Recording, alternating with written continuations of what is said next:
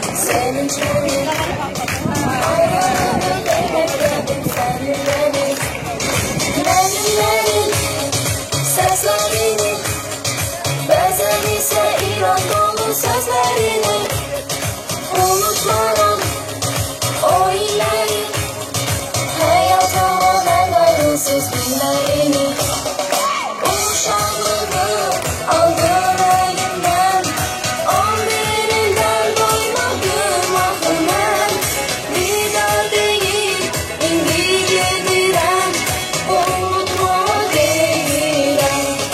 Yusuf geldin, sazem sesin, uşaklığımın son nefesi, sazem sesin.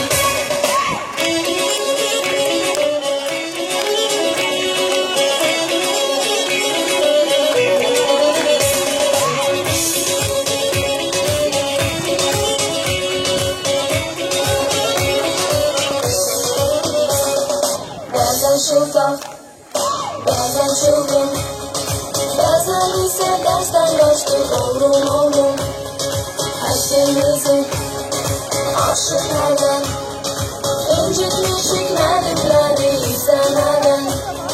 Gerçeğim kaldı senden, mezun olup devrilen senin benden.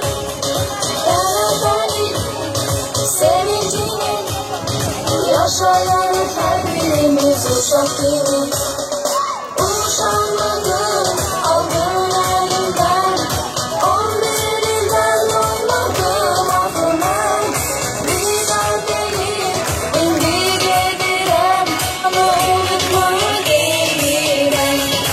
Yoldu geldin, sazem sesin, uşanmadım.